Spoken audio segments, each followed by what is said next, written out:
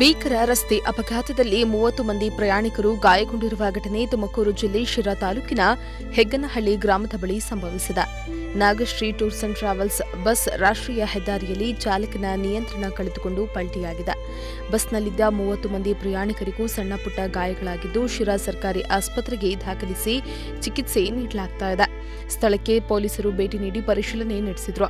ಈ ಬಸ್ಸು ಬಳ್ಳಾರಿ, ಚಳ್ಳಕೆರೆ, ಹಿರಿಯೂರು ಮಾರ್ಗವಾಗಿ ಬೆಂಗಳೂರಿಗೆ ಪ್ರಯಾಣಿಸ್ತಾ ಇದ್ದು ಅಪಘಾತಕ್ಕೆ ಈಡಾಗಿದೆ.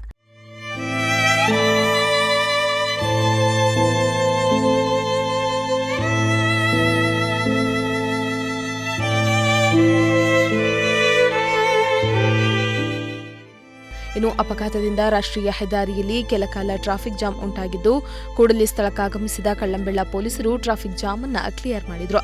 ಈ ಸಂಬಂಧ ಕಳ್ಳಂಬೆಳ್ಳ ಪೊಲೀಸ್ ಠಾಣೆಯಲ್ಲಿ ಪ್ರಕರಣ ದಾಖಲಾಗಿದೆ.